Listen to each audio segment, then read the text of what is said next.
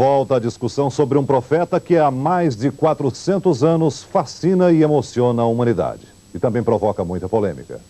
Nostradamus. Quem foi este homem? Onde viveu? O que previu? Vejam com a repórter Helena de Gramont. Você acredita nas profecias de Nostradamus? Acredito.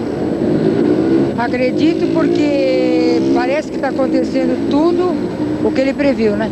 Não. Por quê? Porque eu não acredito em previsões. Só por isso. Parcialmente sim, mas precisa ser bem interpretadas, né? Porque às vezes acontece que há erro de interpretação. Ele escreveu na época da Inquisição, então ele tinha que escrever com versos com muito cuidado para evitar ser processado pela Inquisição. Por que você acredita? Porque está sendo real, né? Tudo aquilo que ele colocou, você vê há tantos mil anos atrás, ainda hoje vem acontecendo, né? Por que não acreditar? As livrarias brasileiras nunca venderam tanto Nostradamus como agora. E as vendas coincidiram exatamente com o início da crise no Golfo Pérsico. Essa livraria, por exemplo, tem mais de 100 títulos sobre profecias. O imbatível é Nostradamus. Depois que a guerra estourou no Golfo Pérsico, as vendas aumentaram em mais de 1000%. As vitrines, os cartazes, não deixam dúvidas. Nostradamus é mesmo a personalidade editorial do momento. E um dos frequentadores da livraria, o ator Antônio Fagundes, tem uma ligação muito próxima com tudo isso. Antônio Fagundes interpretou Nostradamus nessa peça em 1986, que ficou mais de um ano em cartaz. E até hoje, afirma que ficou muito impressionado com a personagem que viveu no palco. Eu acredito que o homem possa fazer a sua história, né? Eu sempre acreditei nisso. O meu grande conflito com esse personagem é exatamente esse, né? Meio confuso para mim, mas eu não posso deixar de respeitar um cara que acertou 4 séculos de história. Este homem, que impressiona até mesmo as pessoas mais céticas, nasceu no sul da França em dezembro de 1503. Ele se formou em medicina, mas sofreu uma grande decepção quando a mulher dele e os 2 filhos morreram numa peste, sem que pudesse fazer nada para salvar os 3. Nostradamus se casou de novo com uma viúva rica, com quem teve mais 6 filhos. Foi nessa época que passou a se dedicar às profecias. E uma delas, a morte do rei Henrique II, fez de Nostradamus um homem famoso, protegido dos nobres da corte francesa. O pesquisador Omar Khayyam é um estudioso da vida de Nostradamus e conta como ele fazia essas previsões. Ele dizia que ele ia para o quarto dele, fazia uma concentração no quarto dele, usando uma espécie de uma bacia de água, onde ele então começava a ver esses fatos. E é impressionante porque, apesar dos cálculos astrológicos que ele fazia, ele era um astrólogo da época, mas muitos astrólogos famosos da época diziam, inclusive, que ele era um péssimo astrólogo, porque, na realidade, além dos cálculos astrológicos, ele via nessa tal bacia os fatos como se fosse numa telinha de televisão. E foi nessa bacia, nessa espécie de telinha de televisão, que Nostradamus se inspirou para escrever pequenas quadras, que chamou de centúrias. Nestes textos, ele usava uma linguagem cifrada, misturando 4 idiomas, o francês, o italiano, o grego e o latim. Mas os intérpretes afirmam que ele conseguiu um índice incrível de acertos. A Revolução Francesa, por exemplo, que só aconteceria mais de 2 séculos depois, foi prevista nos mínimos detalhes. Vejam, por exemplo, essa centúria de Nostradamus. Quando a grande rainha souber que está perdida, demonstrará um excesso de coragem masculina. Passará pelo rio puxada por um cavalo, mal vestida. Depois morrerá pelo ferro e até será ultrajada. A rainha, no caso, é Maria Antonieta, que na verdade demonstrou muita dignidade quando foi levada numa pequena carroça para ser executada.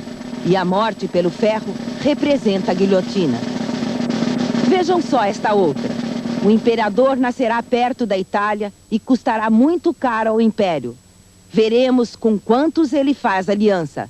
Será julgado menos príncipe do que carniceiro. Segundo os pesquisadores de Nostradamus, aqui não há dúvidas. Trata-se de Napoleão Bonaparte, que nasceu na ilha de Córcega, perto da costa italiana, e que passou para a história mais como um conquistador do que como um estadista. Novembro de 1963, o presidente John Kennedy é morto a tiro em Dallas, no Texas. E o irmão dele, o senador Bob Kennedy, também foi assassinado em 68, durante uma convenção do Partido Democrático. Os estudiosos de Nostradamus afirmam que esses dois acontecimentos estão previstos numa única centúria, que diz: o grande homem, no caso John Kennedy, será derrubado de dia por um tiro de trovão, que seria o tiro fatal disparado por volta do meio-dia. O outro será derrubado à noite, e na verdade Bob Kennedy morreu por volta de 1 da manhã. Outro acontecimento dramático que também estaria previsto numa centúria de Nostradamus: a Segunda Guerra Mundial. Nesse caso, o texto de Nostradamus diz: depois de um intervalo pouco importante, uma grande guerra será deflagrada em terra e no mar. Os combates navais serão os mais importantes. A ferocidade dos homens será pior do que a própria guerra. O aparecimento de Hitler para os estudiosos de Nostradamus está muito claro nesta quadra.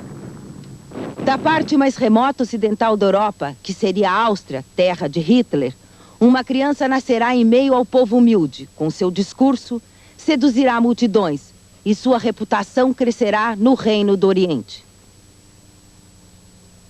Os crimes de Hitler, como o assassinato em massa de judeus e outros prisioneiros em fornos crematórios, estariam previstos nesta centúria que diz o seguinte: o primeiro personagem do Terceiro Reich fará pior do que Nero.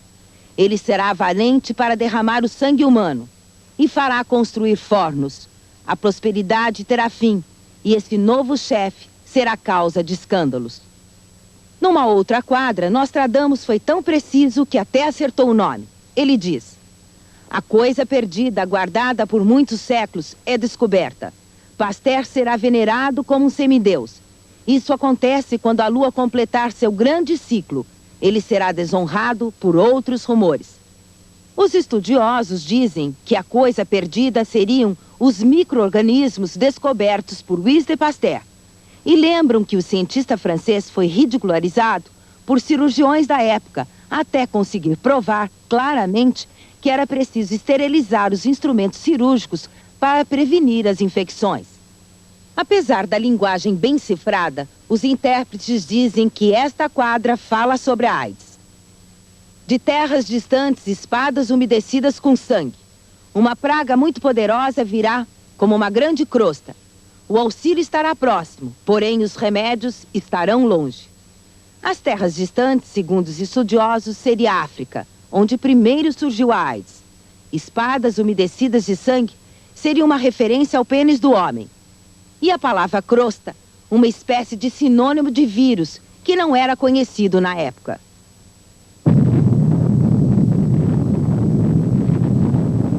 Nostradamus também teria previsto os bombardeios de Hiroshima e Nagasaki, quando disse que perto do porto das duas cidades ocorreriam 2 tormentos como jamais se viu antes.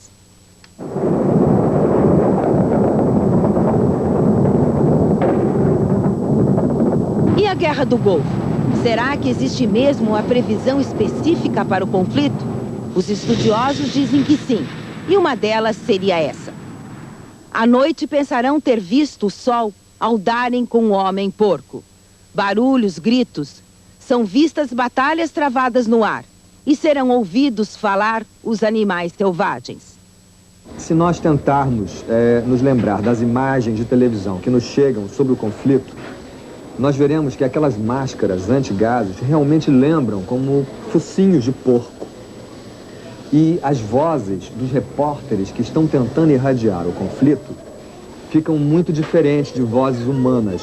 E um homem do século XVI, que estaria vendo isso numa bacia com água e ouvindo esses sons, pareceria, de repente, para ele, que seriam sons de animais. Esta outra centúria é mais clara. O personagem terrível, malvado e infame entrará na Mesopotâmia, no caso o Iraque, para impor sua tirania. Serão todos amigos de uma falsa república, a República Islâmica. A terra ficará horrorizada, com uma fisionomia odiosa. Para os estudiosos, as referências são bem diretas. A República Islâmica seria o Iraque e o personagem citado por ele, Saddam Hussein. Segundo as previsões, a guerra duraria 27 anos. É muito interessante e curioso nós citarmos isso, né? Muitas pessoas estão achando que a partir de 91 essa guerra duraria 27 anos. E os especialistas, os estudiosos sobre a Centúria acharam uma maneira de verificar o que quer dizer esses 27 anos que Nostradamus cita que seria a guerra do anticristo contra o Ocidente. Saddam Hussein, se for essa pessoa, se encaixaria, se for o anticristo, porque nós não temos como comprovar uma coisa dessa, ele seria a pessoa indicada nesses números porque ele iniciou a sua guerra pessoal ao entrar no Partido Islâmico Baath, que até hoje ele pertence, e lá ele começou as suas influências, as suas guerras pessoais, até a tomada do poder. Isso está durando exatamente de 64 até agora. Se somarmos 27 anos em cima de 1964, teremos 1991. E a rigor, segundo essas profecias, ele não passaria de 91. Então você vê hoje em dia Nostradamus sendo muito ouvido, muito visto, porque as coisas estão acontecendo conforme ele previu, ele e outros profetas previram. Mas o que parece é que nós estamos dizendo assim, Nostradamus previu, tá vendo, a guerra está aí, as coisas estão aí. E não é isso, você tem que entender que os céus não estão apoiando isso para que se cumpra uma profecia. Ao contrário, os profetas estão aí para fazer com que se mudem certas coisas. Esse é o objetivo do profeta. Infelizmente não se ouve, o profeta sempre vem por dois motivos, né? Ou para dizer de uma alegria que vem, ou para falar de uma tristeza que precisa ser evitada. Geralmente não se reconhece a alegria que aparece, feito o caso do Messias e tudo, e nem se evita as grandes catástrofes, porque as pessoas não dão muito crédito à profecia. A guerra no Golfo também trouxe uma outra pergunta ligada às profecias de Nostradamus. Seria este conflito o prenúncio do fim do mundo? Aqui praticamente todos os estudiosos concordam. O fim deste século, o fim desse nosso milênio, realmente vai passar por transformações muito fortes. Mas o fim do mundo, segundo Nostradamus, ainda está muito distante. Numa carta ao filho mais novo, ele diz que a Terra terá fim no ano de 3797, depois de uma chuva de meteoros. Antes disso, uma boa notícia.